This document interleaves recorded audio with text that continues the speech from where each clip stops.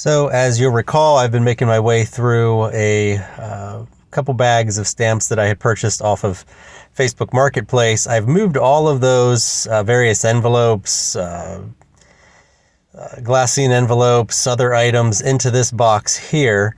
I still have quite a ways to go before I can say that I've successfully made my way through everything that was in this purchase. So I'm looking forward to continuing to go through this as time allows.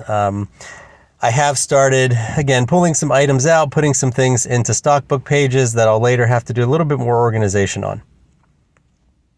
So here you can see I have a few items that I had pulled out and put into stockbook pages.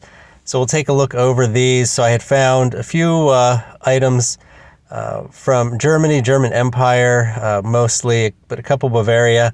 Then we have a few stamps from Latvia here, sort of a few duplicates there. Then we have the series from Paraguay. This one was marked with the year, with the Scott number. And then back here, you can see we have a number of stamps from Argentina. It looks like we also have a few more from Argentina here.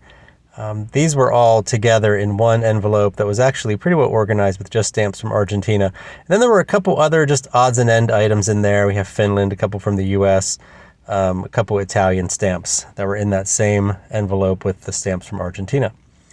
Then there was another envelope that I pulled out that had quite a few stamps from Thailand in it, as you can see here.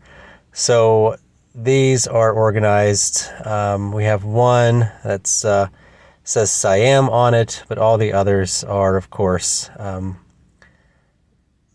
little more recent than that. And we have one from Mexico, two from the USSR, and one from Cuba. So then flipping this one over, there's that Siam stamp again. So then going to the back of this page, we have a couple of stamps here that you can see from British Honduras. A couple of those I've already pulled out actually and put into an album.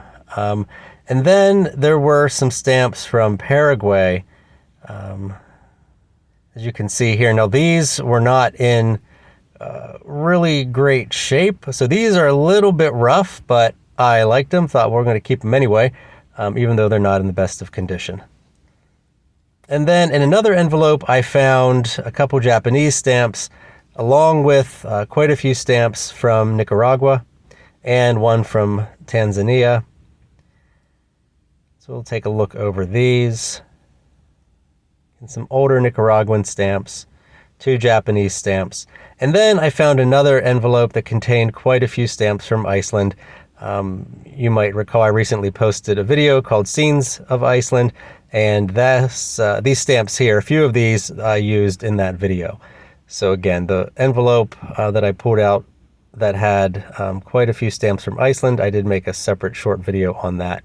And again, some more stamps from Iceland on the back of the stockbook page here, as you can see.